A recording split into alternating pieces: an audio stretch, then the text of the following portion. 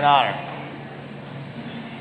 It's an honor to be here. I just came here from the house where Richard Nixon grew up, and I'm still a little awestruck by the good fortune I had to play the piano that Richard Nixon played. He continues to reveal a lot of commonality that I aspire to in a man who deserves to be remembered for what he actually did to our foreign policy, which will become the main subject of my speech this evening.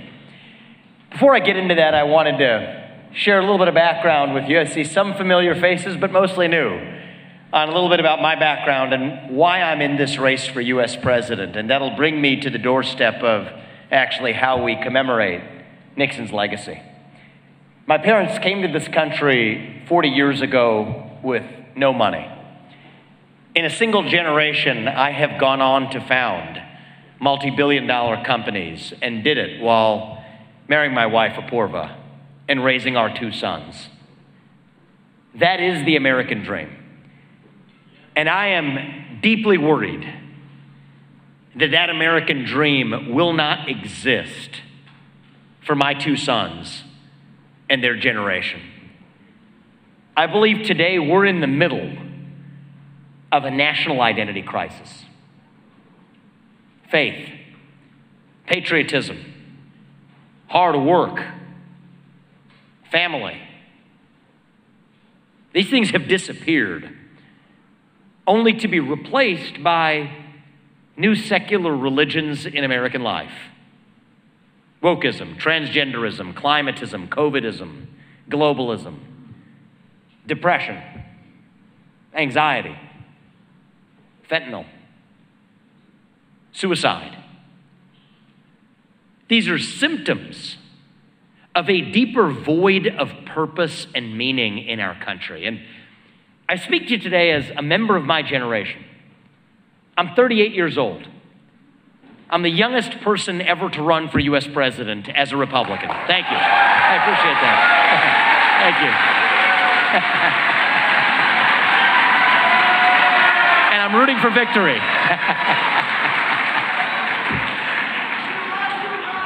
Thank you.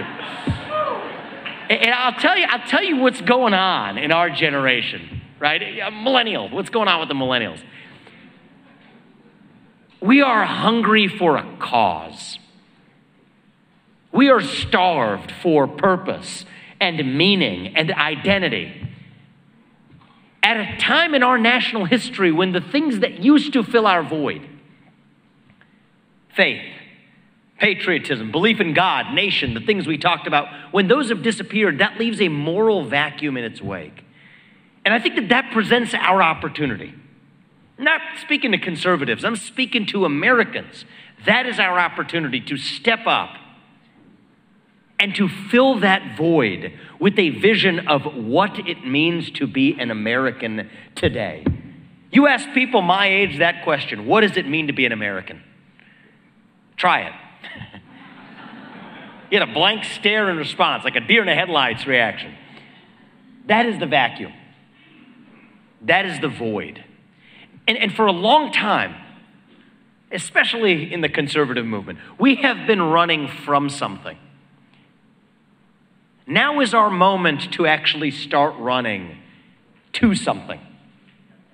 To our vision of what it means to be a citizen of this nation. What does it mean to be American? To me, it means we believe in the ideals that set this nation into motion 250 years ago. Ideals like meritocracy and the pursuit of excellence.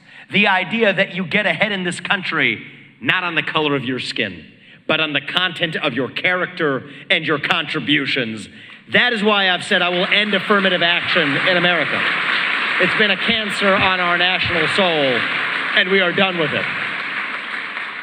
What does it mean to be American? It means we believe in the rule of law. I say this as the kid of legal immigrants to this country. We should be open to immigrants like them.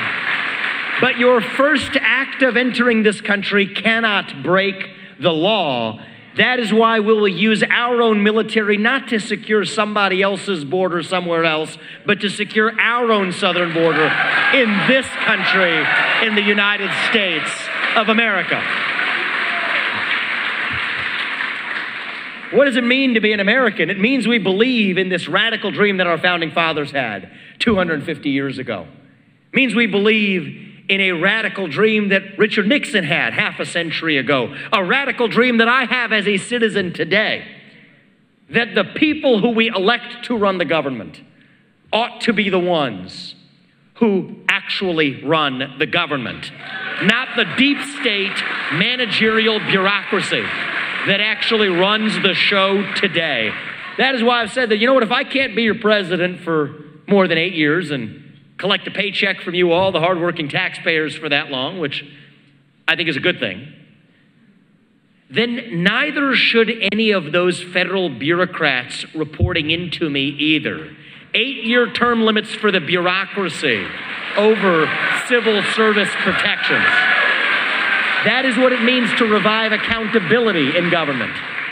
If there are government agencies that should not exist, or which have become so corrupt that they have abandoned their original purpose, from the FBI to the IRS to the ATF to the CDC to the Nuclear Regulatory Commission to the U.S. Department of Education, we will not just reform them, we will get in there and shut it down. That is how we revive the integrity of a constitutional republic.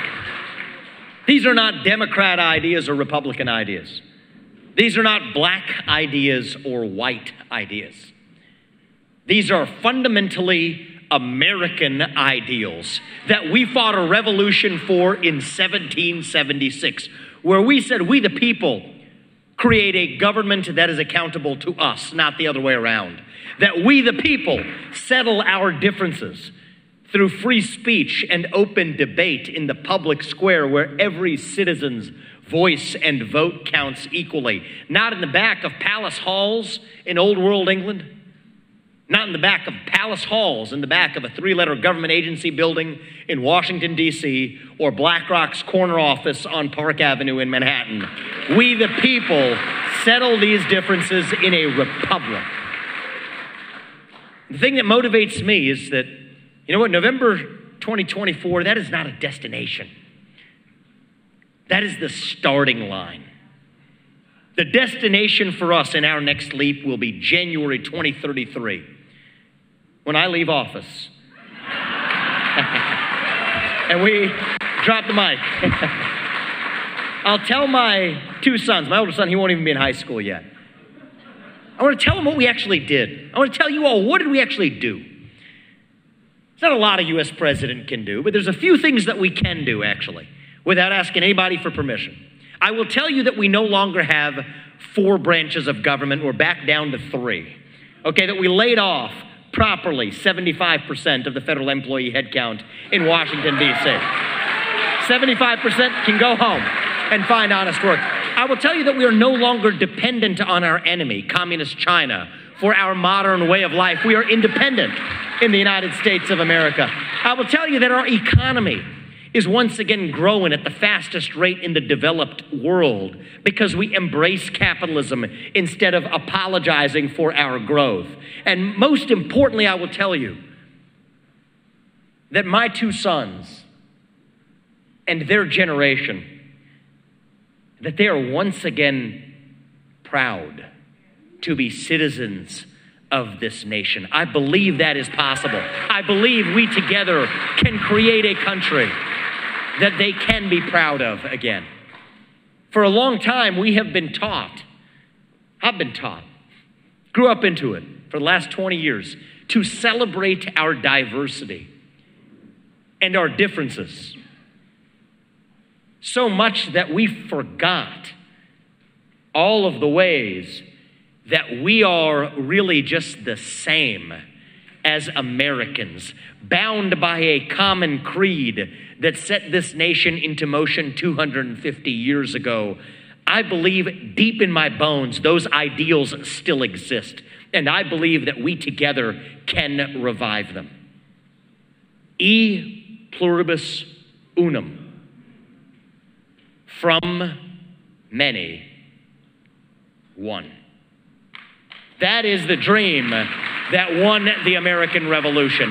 That is the dream that reunited us after the Civil War. That is the dream that won us 2 world wars and the Cold War. That is the dream that still gives hope to the free world. And if we can revive that dream over group identity and victimhood and grievance, then nobody in the world, not a nation, not a corporation, not a virus is going to defeat us. That is what American exceptionalism is all about. And that is what we will revive to save this great nation. And the way we do it, thank you. The way we will do it is by remembering the great men and women that led us 250 years in to get here. One of those great men was none other than the man who we commemorate in this library today, Richard Nixon. He's misunderstood. I think he is by far, by and away, the most underappreciated president of our modern history in this country, probably in all of American history. He was somebody who had a deep skepticism for the bureaucracy that sucks the lifeblood out of a constitutional republic. He was unafraid to surround himself with people who challenged him, knowing that we are the best versions of ourselves, not when we are surrounded by sycophants, but when we are surrounded by the people who push us to be the best versions of ourselves. He understood that the path to truth runs through free speech and open debate. That is itself the foundation of this nation. He was also, when it came to our foreign policy, someone who revived the spirit of George Washington's farewell address to this nation. Richard Nixon, like I aspire to be, was a George Washington, America First conservative. He was deeply pragmatic. He was a realist who believed that the job of the U.S. president, above all, was, who would have ever thought, to advance the interests of Americans who live in the United States of America. That is a spirit we would do well to remember today. So I'm going to use tonight as an opportunity to lay out my foreign policy vision for where we're going in the next generation of our engagement on the global stage, and it will revive that spirit of Nixonian realism. It is why it was important for me to be here in person today, to make this announcement here in the Nixon Library, where much of that wisdom resides. We live in a moment right now where actually, they say the worst ideas in Washington are bipartisan. Our engagement in the Ukraine war continues to prove that, if you ask me. But the way we're going to actually do this is by transitioning from an era of neoconservatism and liberal hegemony to an era of realism and unapologetic American nationalism, where we stand for our national interests on the global stage. The North Star of my foreign policy will be the modern Monroe Doctrine, combined with Nixon's doctrine. The Nixon doctrine was that other nations have to be the first protectors of their own national security. I agree with that. We will revive that, and I combine that with the modern Monroe Doctrine, a doctrine that we will re-implement under my watch as U.S. President, which says that if you're a foreign nation, you do not mess with the United States of America on our own home soil. You do not test us on our waters or in the Western Hemisphere, and if you do, you will have hell to pay for it. No Chinese spy balloons flying over half the United States. No Chinese spy bases off the southeast coast of the United States. No Chinese manufactured fentanyl in the hands of Mexican drug cartels waging a modern opium war on the United States of America. But it also means that we will not fight somebody else's war if they're not actually defending their own territory either. The first accomplishment that I hope to deliver in my foreign policy agenda as U.S. President will therefore be to end the Ukraine war on terms that advance American interests.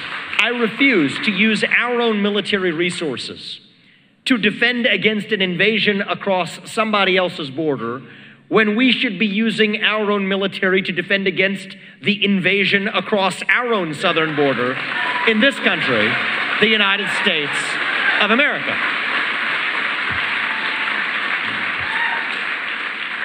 And in ending that war, I will borrow from none other than our main man tonight, Richard Nixon, who traveled in 1972 to China to pull a maneuver that only he could have pulled off. Nobody else other than Richard Nixon could have done it, because it was his own vision.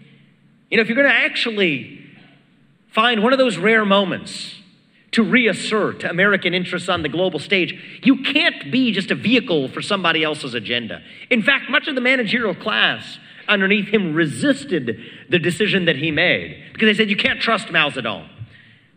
Well, Richard Nixon knew we couldn't trust Mao Zedong, but he knew we could trust Mao to follow his self-interest if Mao could trust us to follow ours.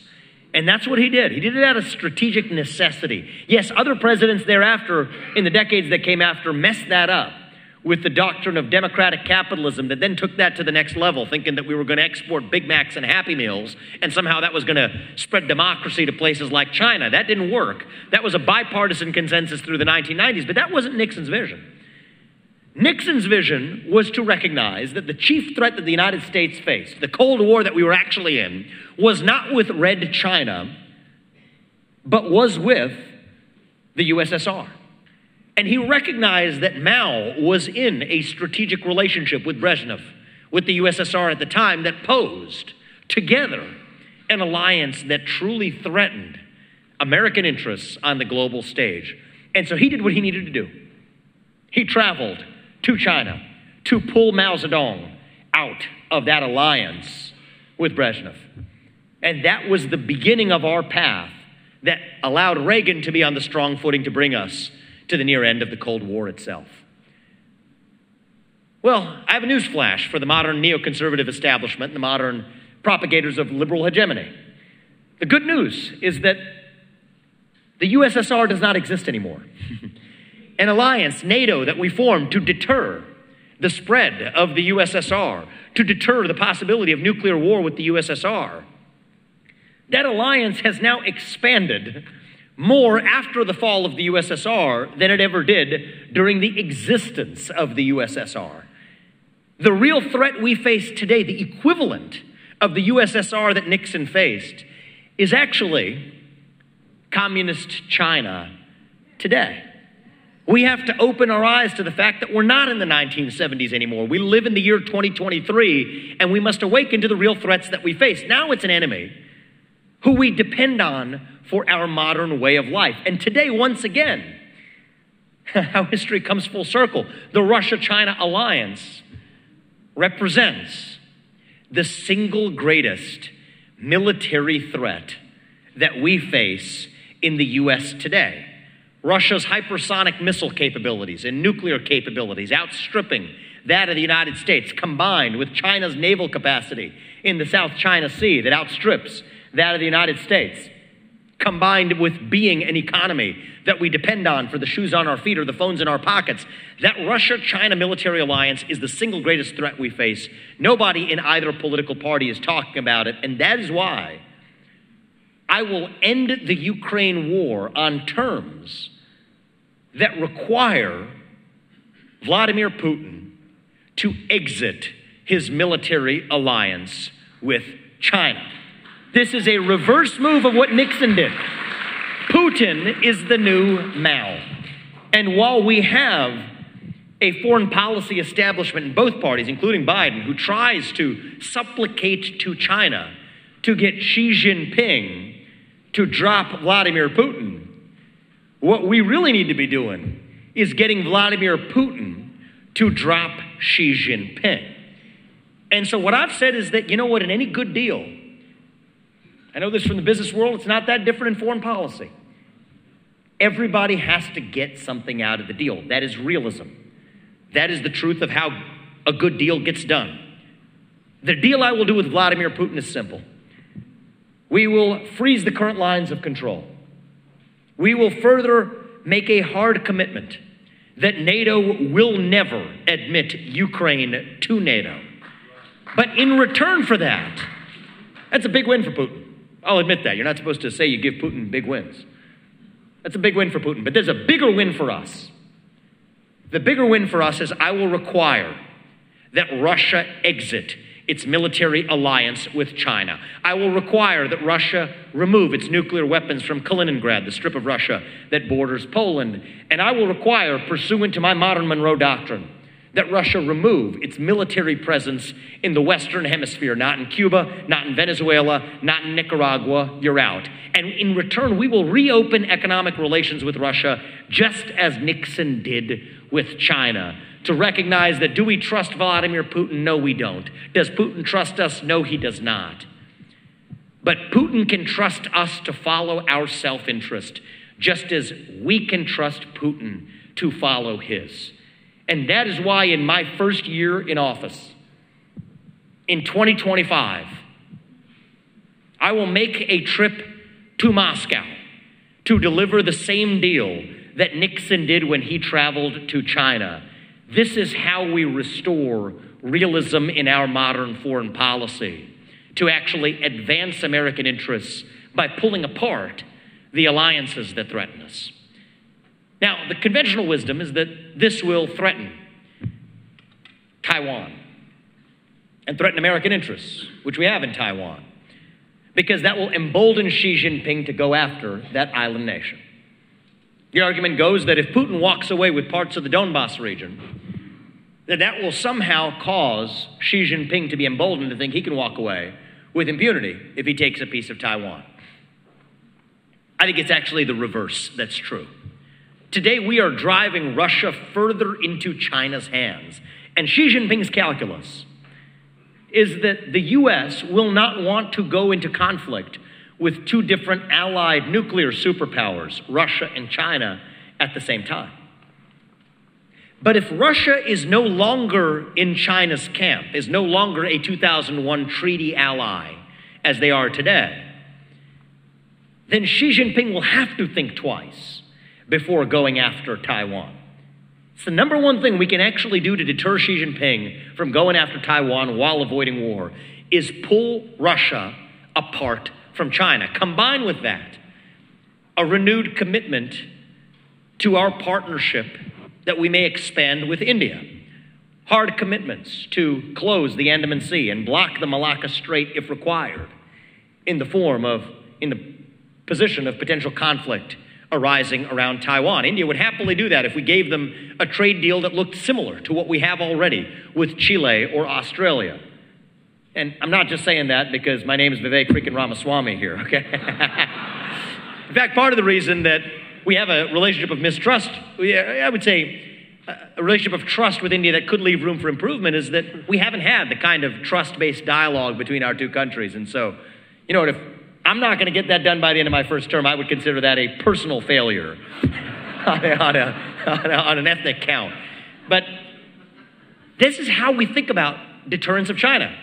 Bolster our relationship with allies who share our interest in deterring Taiwan while pulling Russia out of China's hands. I'm a big believer in the Second Amendment here at home. Let's turn our Second Amendment into an export. That's what American exceptionalism is about. Leave it to Taiwan to adopt a Second Amendment of its own. Put a gun in every Taiwanese household. Train them how to use it. That's how you turn Taiwan into a porcupine.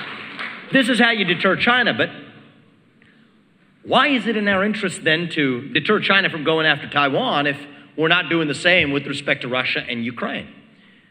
The answer is it comes back down to American self-interest. Taiwan is responsible for the leading edge semiconductors that power our modern, technologically facilitated lifestyle. Probably these lights that are shining in my face, the phones in our pockets, the computers that we type up our notes on, those cameras that are recording me in the back. These are powered by leading-edge semiconductors that come from this tiny island nation off the southeast coast of China. I think it's regrettable that we got to a place where our modern way of life depends on that island nation, but that remains a fact. Which is why I've said that we will move from our, I believe, inexplicable posture of strategic ambiguity with respect to Taiwan in my first year to a position of strategic clarity, where I will be clear with China and with Taiwan that we will defend Taiwan if China invades Taiwan before we have semiconductor independence in this country. I will lead us, I hope by the end of my first term, to semiconductor independence in this country. By 2028, I believe it is possible in the United States of America. And thereafter, we will be very clear that after the U.S. achieves semiconductor independence, our commitments to send our sons and daughters to put them in harm's way will change after we've achieved semiconductor independence. These are naked views that you're not supposed to share in public. Right? These are the things you're supposed to keep in a hush-hush format, sweep under the rug, to know that you kind of mean these things, but you don't actually say them. I actually believe it is in our interest to unapologetically state to the world what I will state to you all at home, that it is my moral obligation as the next U.S. president to stand for the interests of Americans here in the homeland without apologizing for it. When I tell the rest of the global leaders that I mean it, they will know they can trust us. And it's not really credible to say that we're going to defend democracy selectively when the democracy of the day we're defending is a nation that has banned 11 opposition parties, goes after religious minorities and churches, and has consolidated all media into one state media arm. That's Ukraine, if you weren't wondering. It doesn't make sense, right? But if we say that, no, we're going to be very honest.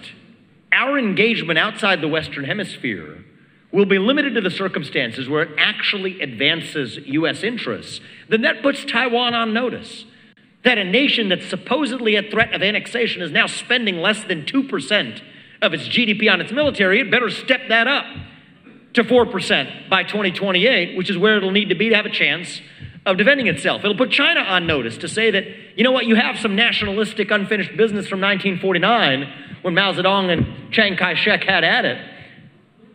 But you will not mess with the United States and our interests by holding an economic gun to our head, by taking a shot for going after that island, until we have semiconductor independence in this country.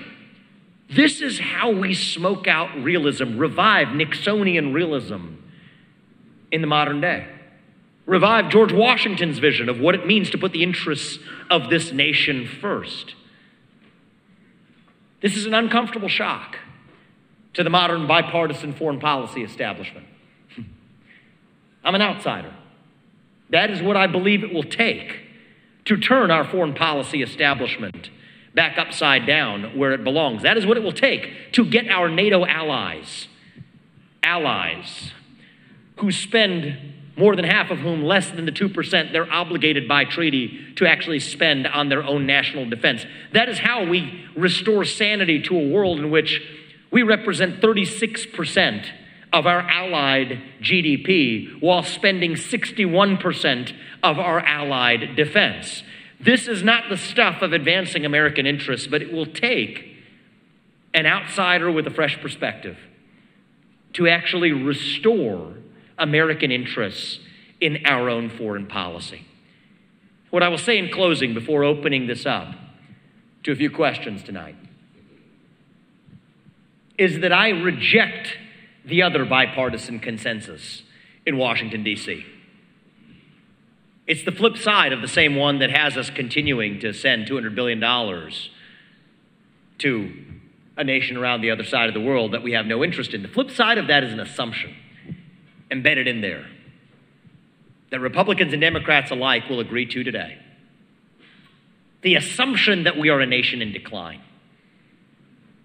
The assumption that we're at the tail end of the Roman Empire and that we have to puff our chest to project a self-confidence that does not exactly exist here at home. I don't believe we have to be like ancient Rome. I don't believe that we have to be a nation in decline. The truth is, I think what we really are is a nation that's just a little young, going through our own version of adolescence, figuring out who we're really going to be when we grow up. And when you view it that way, it makes sense.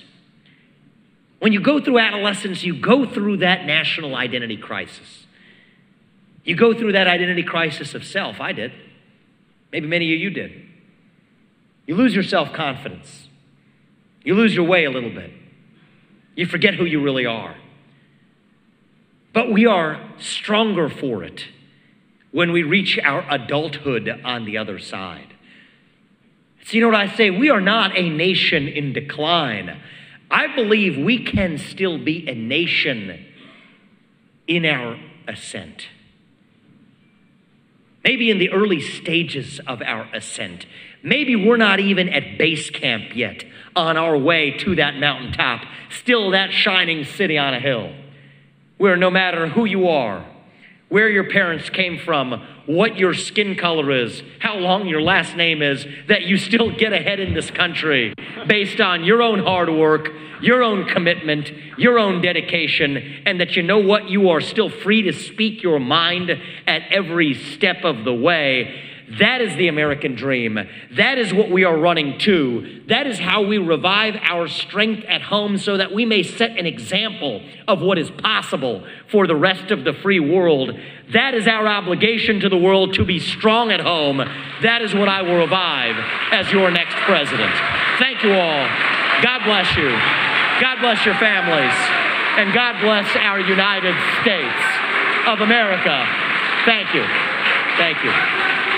I appreciate it, guys. Thank you. Thank you. Thank you. Mr. Ramaswamy, thank you very much. We do have time for just a few questions. Our first one, sir, off to your right. Thank you so much. Your writings on stakeholder capitalism are more relevant than ever today. Given the rise of supranational institutions like the World Economic Forum, how would you recommend the U.S., on the one hand, balance maintaining its soft power with respect to relationships, and on the other hand, ensure first and foremost that our own economic interests are represented on the international stage?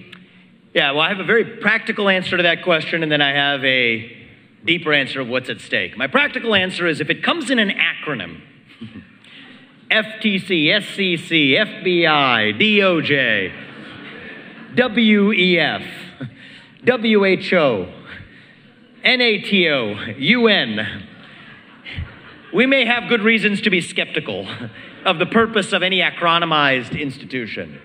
I say that only half flippantly, okay? The truth of the matter is, what's at stake in the debate about stakeholder capitalism? This idea that businesses and multilateral institutions should look not only after their own institutional purpose, but also should solve other societal problems at large, from global climate change to systemic racism in the West. It's really a 1776 question, actually.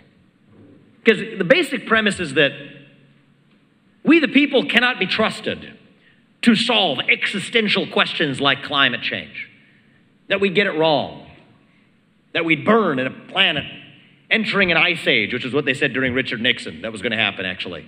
We were going to have global climate change, they said during Nixon. Time magazine and Newsweek covers around that time said that that's what's going to happen unless we stop burning fossil fuels. Now they say we're going to heat ourselves to death if we keep burning fossil fuels. They said that we, the people, can't be trusted with those questions. So business leaders and government leaders and three-letter acronym institutions have to work together, dissolving the boundaries between the public and private sector. dissolving the boundaries between nations to work together towards the global common good. We fought a revolution in 1776 that said no to that vision.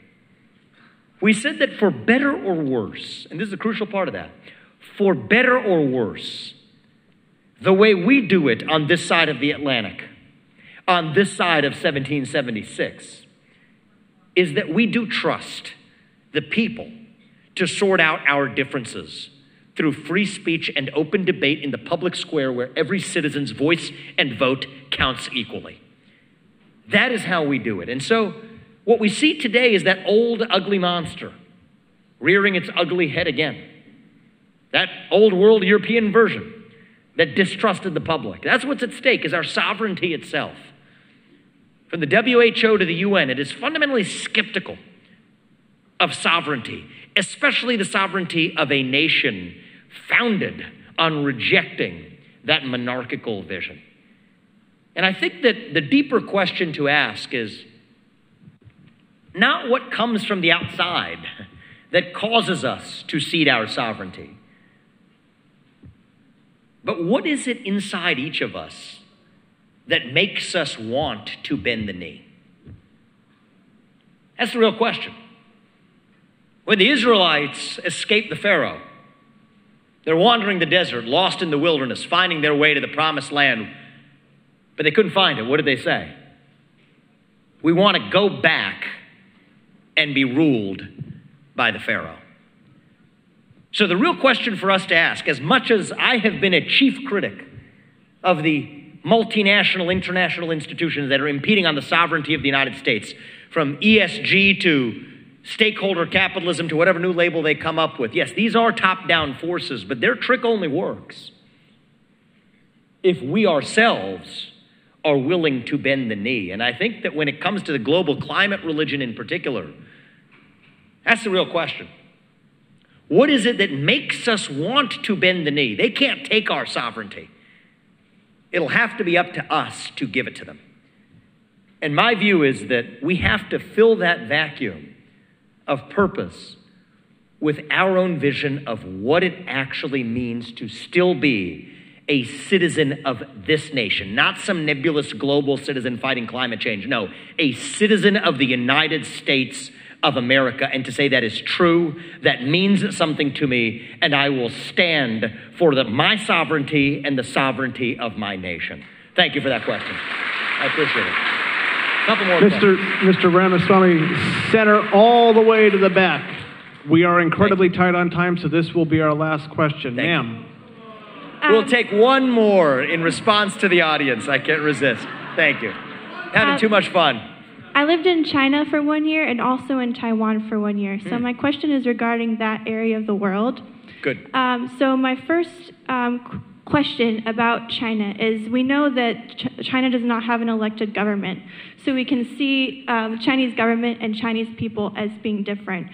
From my time living in China, I've seen there are many Chinese people who are curious about America and want to come visit here, come study here, come be immigrants here. And so my question in regard to China is, what are the creative or innovative ways that your administration would try to build a relationship and rapport with the new generation of Chinese people that's growing up, that's the future of China? And my second question regarding Taiwan is, if you were to make this policy very clear about after a certain time period, once we have semiconductors, that you would not defend Taiwan, what would stop China, if there truly are enemies, wouldn't they want to then attack us first before we get semiconductors? Okay, great question. I'll take the second. Actually, I'll take them in order as you asked them. So the first question is a beautiful question. I actually didn't share some of my own background. I spent a lot of time in China myself. I actually was an exchange student at Beida, which is, so Harvard has their exchange program. It's sort of the Harvard of China. I spent time at Hong Kong University. I've done business in China, in my first business. And it's a lot of those experiences that opened my eyes to a CCP that has dramatically changed. This is not Hu Jintao's CCP anymore. And I think that this has changed dramatically, even under our own plain sight view, over even the last 10 years, as Xi Jinping brings his iron fist down now to take his unprecedented third term as the leader of the CCP, breaking that chain of succession and literally physically removing Hu Jintao to go along with it in the party meeting that did it last October. So I think it's a brilliant question for you to ask. Who are those kids holding up those white sheets in that white sheet revolution just, what it was, a year or so ago? It will be my job as the next US president to distinguish the Communist Party of China from the people of China, to whom I will do my best to speak to them directly as allies of free people. We are born, we as human beings are born to be free. We, all of us, not just Americans, are endowed by our Creator with the will to be free. But to earn our sovereignty, it must be, as we did in this country, it must be earned. We cannot earn it for them. In fact, we must continue to earn it for ourselves. But I think it will be up to them to earn it for themselves, while knowing that when the United States is strong, we set an example of what is possible. And that's why I think our moral obligation to the world isn't to go intervene and fight somebody else's revolution for them. No. Our moral obligation is to set an example of what is possible for free people around the world. And so that's the distinction I will draw. We will talk to the Chinese people separately from the way that we deal with Xi Jinping and his autocratic boot on our necks through the legs of the CCP. To your second question about Taiwan. So, look, I think that there's a real opportunity for us to put China and Taiwan on notice of exactly what our intentions are. This is a radical break from the policy of strategic ambiguity, but I think this allows us to accomplish three goals in one. One is to put Taiwan on notice that it needs to spend on its own defense for the long run if it wishes to retain its sovereignty. There's an election in Taiwan in 2024. One of the two parties has a different view on this. And the KMT could very well win the election, for all we know. The second thing, though, that it does is it puts China on notice that we will not be okay with you holding an economic gun to our head, trying to get to that deal that we would otherwise never do, the deal that says, you know, they get to make our stuff if we give them our IP. No, that is not a good deal. We do not want parity for the next 200 years between the United States and China. That new bipolar order is not something that we should wish to voluntarily accept. So you will not hold that economic gun made of semiconductors to our head. But it also sends the signal that afterwards, we have now smoked out two different intentions that China may have for taking over Taiwan.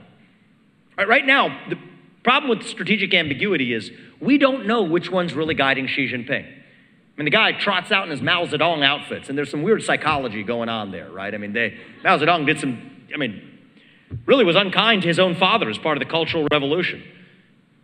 As best we can tell, tortured, possibly abused, maybe even Xi himself was, and yet now he gets Mao Zedong-style tailor-made suits. I mean, there's something going on in that psychology, which is a headspace that I can only speculate to explore. But you have these deep nationalistic impulses to reunify, as he would call it, one China.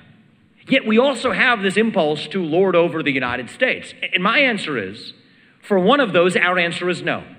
I will not see a country where my children and my grandchildren, our children and our grandchildren grow up to be a bunch of Chinese serfs because we're held hostage to the way we live our modern lives. No is the answer to that question. And we will get to independence by the end of my first term in 2028. But if the second motivation is really what remains and guides him, to close off the unfinished business of the Chinese Civil War dating back to 1949, well, look, I think that it is preferable that we still deter that from happening by way of alliances with India and preparing Taiwan to stand for its own security interests, and Japan, which will further be threatened in this scenario. But I will not send our sons and daughters. I'm certainly, in the current facts, not inclined to be in a position to say that we will send our sons and daughters and our troops to fight for that purpose if we've already achieved the more important purpose that advances American interests. I recognize that probably in the news cycle tomorrow, this discussion will be treated very unkindly, just because it is a shock to the system. You're not supposed to do it this way. But I believe we live in a moment where if we are clear about our actual interests, we will actually command a greater credibility in drawing red lines that other nations will dare not cross because they know they can actually trust us, rather than the smoke and mirrors of liberal hegemony, which has not worked in this country for the last 25 years. I promised I would take one more question. I will take one last question and then we will. Sir, off to your left right here. Thank you.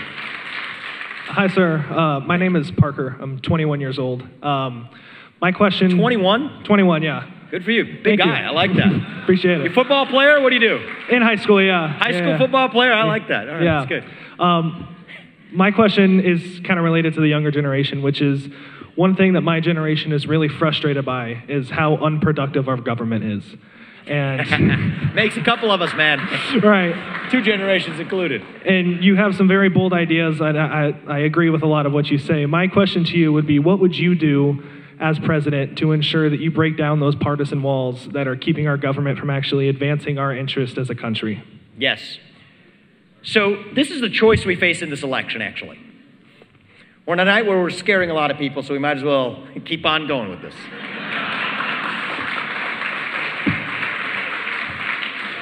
So here's the truth. Here's the choice we face in this GOP primary. Right now, this is relevant.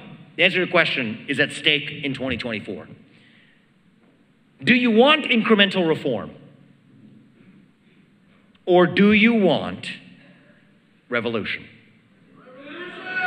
I stand on the side of revolution. And so I'm not going to go in and tinker around the edges. And I can say in a tough guy voice, I'm going to get in there and fire Christopher Wray. Well, that sounds good. That's fine. But, James Comey, Christopher Wray, potato, We need to get in there and shut the darn thing down. The J. Edgar Hoover building of the FBI, auction it off. We don't need it anymore. We cannot reform these bureaucracies. They're unreformable. This is Thomas Hobbes stuff. This is the modern Leviathan, okay? And if you don't know what that word is, just watch the bureaucracy of the federal government, then you know what it is. We have to get in there and do what really no U.S. president has for a long time had the spine to do, channel Nixon's skepticism. Indeed, a skepticism that Donald Trump, to his credit, shared. But to say we can't just roll that log over and see what crawls out. Right? You strike the swamp strikes back. If you're going to roll that log over, you better be ready to bring the pesticide. And that is what I'm bringing to Washington, D.C. We have to shut it down. That is how we revive this nation. We stand not for victimhood. We stand for victory. Thank you. God bless you. God bless our United States of America. Thank you. Thank you.